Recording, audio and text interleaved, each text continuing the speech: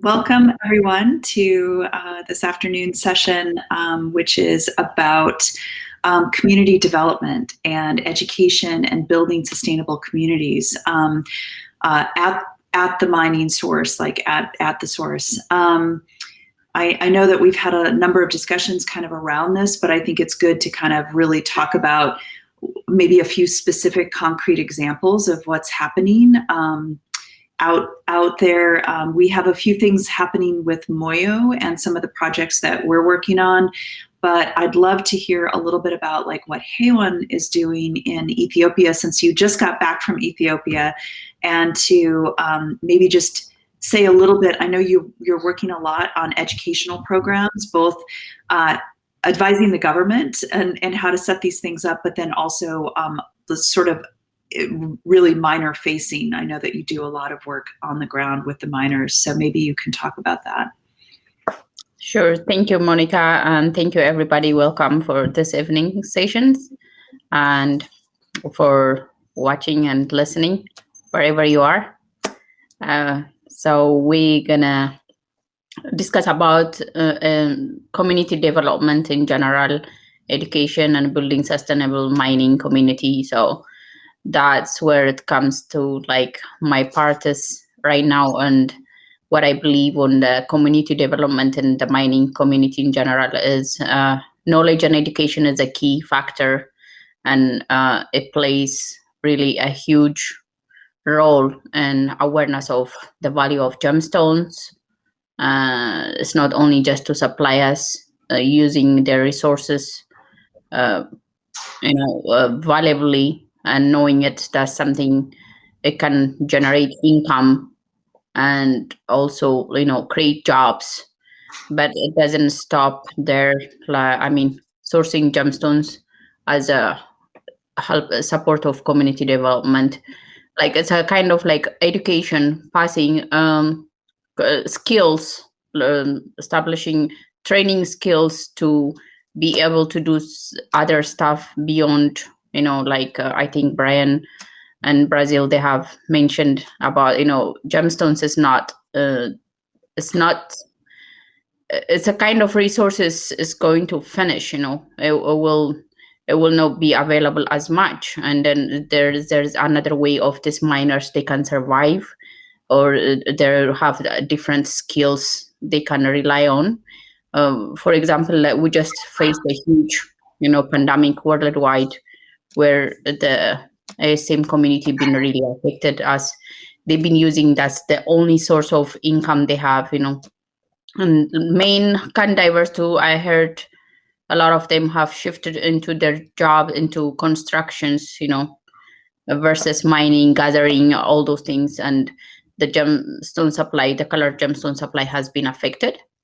So in the time I was in Ethiopia, currently, I've been working pretty much empowering women and trying to support those women. It's not been, critically against men, but just, the culture we have, like most women don't have jobs in Africa.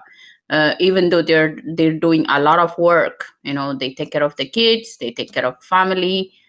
We have a different kind of culture, and creating that kind of jobs for women, they can go out and do something for themselves, they can be independent, or they can support their family, their husbands, their kids, So we've been working on supporting in the community, the mining community in Opal mine in Ethiopia, trying to establish a lapidary with women who've been trained by, organized and trained by PACT Ethiopia and the Mining Society.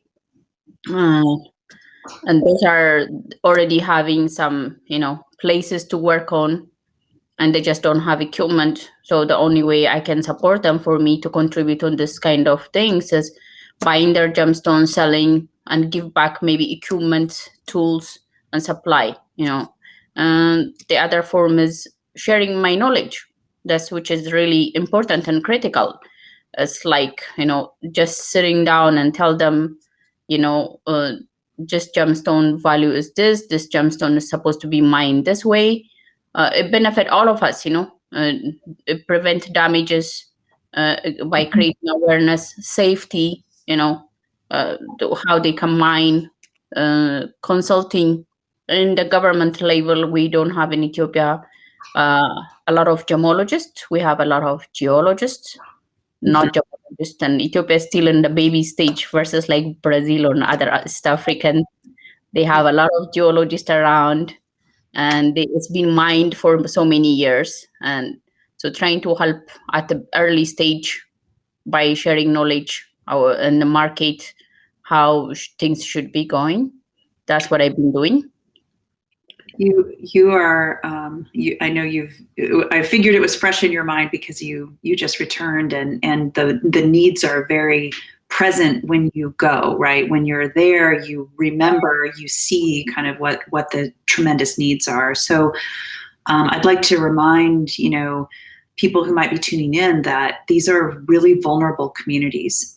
They are often really subsistence communities, artisanal mining communities, and how do we, they lack access to kind of the most basic things. And so I think there's education and community building in a couple of different ways. One is your point about education and about just what they're finding, right? So the actual around the mining of what, there's actually several directions. So one is how do you mine maybe better, safer, maybe even education around why your children shouldn't be working in the mine, versus and why they should be in school, and using tools, and actually being able to kind of extract as efficiently and as safely as possible. So that's kind of one piece of it.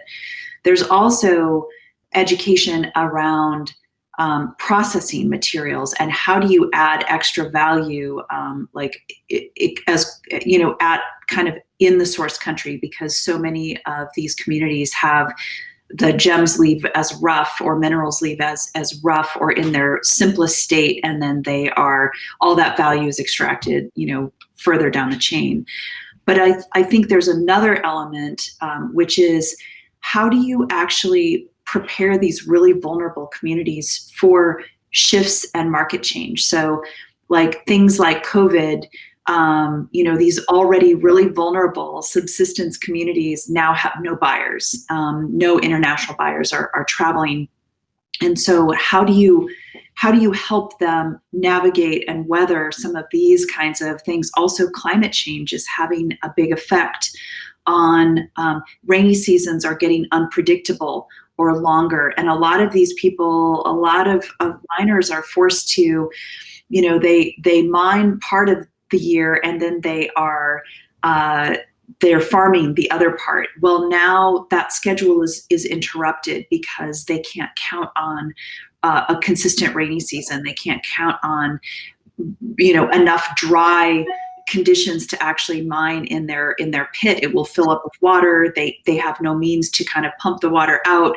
So there's and diversifying. I know that for our communities, for Moyo, a few of them have invested in chickens and have invested in some bees and honey, and to provide an additional income stream, and also kind of develop that, sort of an additional, or in case of emergency, income stream. So Brian, I know you know a lot about this because that has been kind of your life's work in Bahia.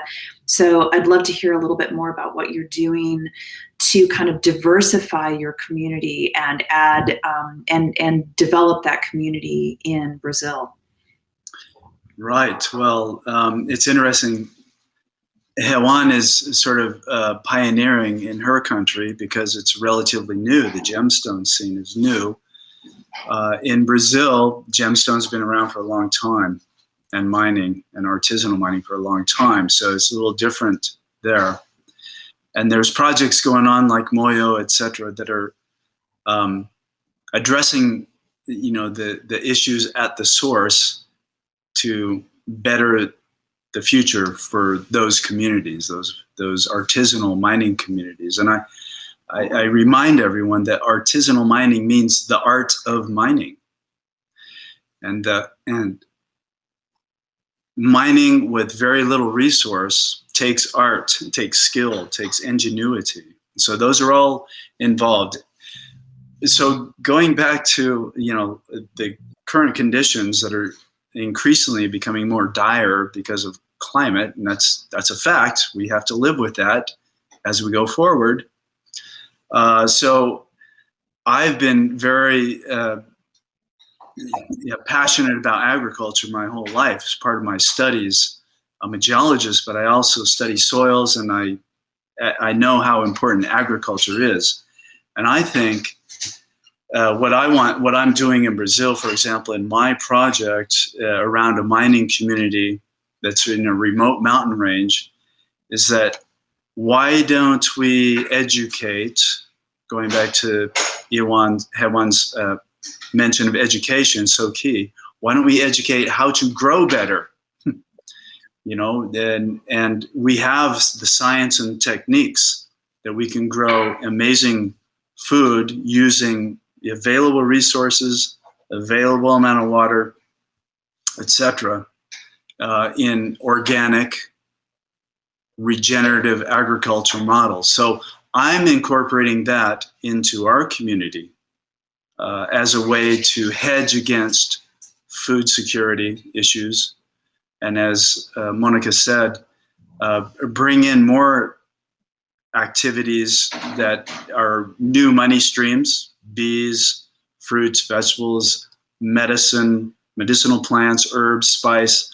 All of those can be developed when you improve your soil over time, which is regenerative agriculture techniques. And it's a simple science. It's just a method. So I'm trying to implement that around our community. You mentioned transparency as another key element in what we're all doing. And I can tell you, in my case, for example, my main foreman that works, my right-hand man in Brazil that is helping me manage everything even while I'm gone, from the very beginning, I pounded into him, so important is transparency. No hiding things, that creates, issues and problems, whether you're miners and groups. It's like, let's be totally upfront, totally honest, and transparency. That's why I tell him how what we're doing may have a greater effect down the road for everybody. I'm showing people back in the U.S. or Europe, that we're,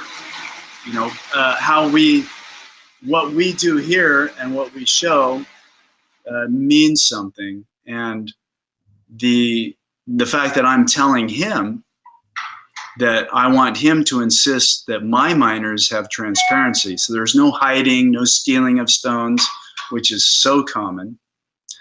And so we're actually making progress there at the source, because it's part of the culture in mining, artisanal miners, is how can we sneak out some stones here and there? And that all that does is create more problems, right? Well, I think that's so important. The idea that, again, we can't just say, hey, you need to learn how to use, like the cell phone, Wi-Fi, so that you can sell your stones. Like, we can't necessarily just come in a vacuum and dictate. Like the education is it has to be community based. You have to have buy-in from the people who are participating, because if you are educating about things they don't need to know about, like if it's important to you but it's not important to them, or they don't understand why it should be important to them, then you're kind of spinning your wheels, and they're probably not going to adopt whatever it is that you're trying to kind of maybe help educate them on. So I think your point about they have to understand the value of why are we asking you to do this? Because actually we think it's in your best interest if you actually implement this, if you actually do this. it's not always obvious. And so I think having that local sort of like perspective of like, are we really approaching this the right way? Are we, I guess one example would be Moyo is built, we built the Moyo program on the continuation of an education program that was done by GIA. So Robert Weldon traveled to the region. They chose this Tuoma population as the Tanzania Women Miners Association as a pilot project for this educational program. And you don't take in microscopes and do a 2-week gemological ID extension class in this region. That's not really what people need. Women were digging minerals out of the ground, but actually didn't know what it was that they were finding. They also didn't know how to sort or to actually, provide some sort of like, sorting structure around what they were finding. So they would sell a kilo of gems for, essentially pennies on the dollar, because they were not separating the gravel from the actual like nicer gem material. So it just took one education session with them, but in a way that was actually like with photos and Swahili, and not a formal sort of like GIA extension class. It was actually meant for them. It was meant for artisanal miners at the education level that they're at, in order to kind of help them. So I think that idea of education looks different in these different communities. What they need might be different from place to place to place. And then the adoption of that education is also different. And you have to really think about, how do you make it relevant, for the people who are there. I don't know if you can relate to that, Hewan, and your work. I totally understand and see what you're saying and it's always education and knowledge has been taken and then been affected by cultural, aspects as well. Accepting what is valuable for us might not be valuable for them. What is right for us, it might not be right for them. Plus needs, necessities are different. Lifestyle. All these things can be affected, impacted by, to pass a knowledge, pretty much, in any aspect. It could be agricultural, it could be, medical, it could be, everybody has their own cultures, their own beliefs. So it's like, you're right. It's like, I agree with you. You gotta be very careful and then see what's their needs and what they value, what they will take and what they're not gonna take. We cannot, like in our cultural aspect, if you come, Ethiopia is mostly, and most African countries, we know gold is more valuable than gemstones. And then people wear mostly gold jewelry than gemstones, and and then you're trying to teach them, show them like, beautiful faceted stones being a jewelry, and then if you show them the value, they're gonna think like, any like glass made or cubic zirconia or something, and that's what they're gonna think it is, and they don't even understand. And it's like, trying to teach them the gemstone value and the lower grade, but just in general teaching them, this is a resource, this is a mineral, and we cannot it's going to take a long time to implement into their head. And to take it into action, all they know is they can make money out of this different stones, the other rock, So for me, I was like, I have seen a lot of things. Like I told you, even like I was mentioning earlier, the opals are more valuable than a sapphire in a way they see it, because of the way it sparkles, and the way it shines, or emerald. And those are like a basic education you can give, and like maybe in a week or two, to the traders or something. And other than that, it's like, even if you're exporting out of this, like this good material, you're not going to be using it. But still, we can create something out of the waste material where it's not going to be sellable, we can make, like, I have a background of interior design, and so I was thinking of like big minerals we use here for home decors. It can be done in so many years. These are minerals. It has value. It has elements. It's not just any rock. Even any rock, it's something God given us, and I mean, in what we obtain from nature, and it took so many years to form that way. It took many years, and there's a lot of things to come together to make that beautiful gemstone. It could be zircon, it could be sapphire, whatever it is, So just giving them the general education to value those items, to value their resources, not to use it like a waste. And like when you don't have, like, they don't have mining time. We have like 3-4 months of rain, during I think starting from mid-June to all the way to September. No mines will be operating in Ethiopia. They don't. This is not so. Those time they can be using growing corns. It just take few days or weeks. I mean to grow corn in Ethiopia, and women can be using skills to sort the stones, be mined out. Opal need to dry, and they can prepare really for a better market, sorting the stones, dry it out, give it the time, as most opals being cracked as they're selling, because they're selling it really right out of the mine. It shouldn't be done that way. They can sort, they can use the sort material. We can be tumbled, with the simple skills, tumbling, make a small jewelry from beads. I mean, from like tumble, strand, laser.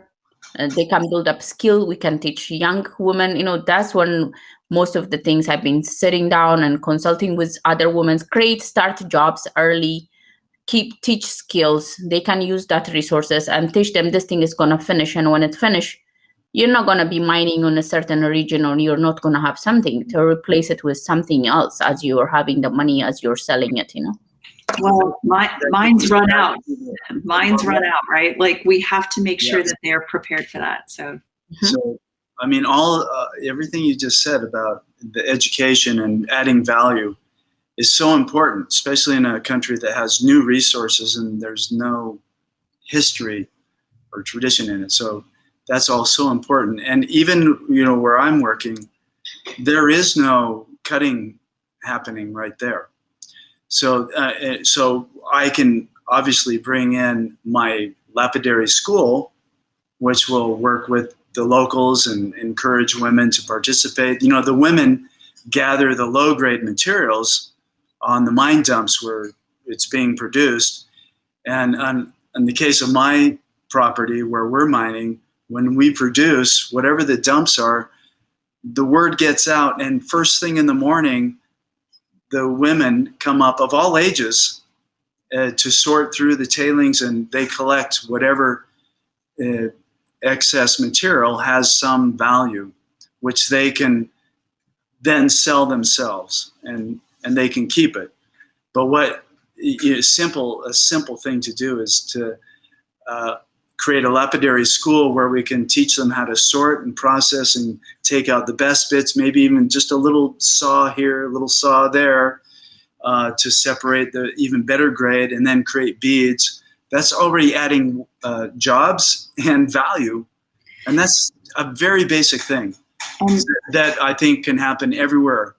But getting back to my thing about growing food, just quickly, that is something that will go on for the next generations. It's like, before the stones run out and that resource is bringing money to the community, take some of that energy from that resource and invest it in the next farming, growing food, not just for food security, but in such a technique that we can grow crops that have value, whether it's cacao or chocolate or herbs, spice, medicines, etc. Honey collecting, all of those things if you implement it while you have the resource of the stones, when the stones run out, that will still be there. That's key. I think there's one big takeaway, because we could talk about this forever, but like one big takeaway is like there is tremendous need at most artisanal mining communities all around the world to understand that extractives will run out, that you need another plan. What's your plan? And then help prepare, and educate for not only what they're finding now, but also to kind of prepare for the future. Things like cutting can be, that career has a lot more longevity to it than perhaps digging, which is really, really difficult physically. Maybe that's not something that you would choose to do when you're 70 years old, right? Like, but you could continue to cut for you have a lot longer career span with something like that as well. So there's tremendous need all over the world for training in particular regions for lots of different things, not just for the mining itself, but even beyond the mine. So I'd love to kind of keep having these conversations. I was just texting with Yanni Mellis, Gem Explorer, a little earlier, and we his idea would be that maybe all gem dealers who want to participate can do a percentage that would go towards a central education fund, and then work with local partners on the ground in different areas to kind of actually fund that. So I'm sure we'll hear more about those kinds of plans in the future. But now it is actually time to pour ourselves something fun, whatever that means to you, whatever time zone you're in. Maybe that's coffee if you're just getting up. Maybe it's something else if you're done for the day, as I am, at least here on the West Coast. Perfect. What's that? I say it's perfect on the West Coast for. Yeah, so a little aperitif before dinner. It might be after dinner for you. So I'm not exactly sure how we're going to actually leave this platform, and we're going to go to a different platform, and it will allow us to have our head basically be our identity, and then we can actually move around this environment and have conversations with people kind of in real time. Mm-hmm.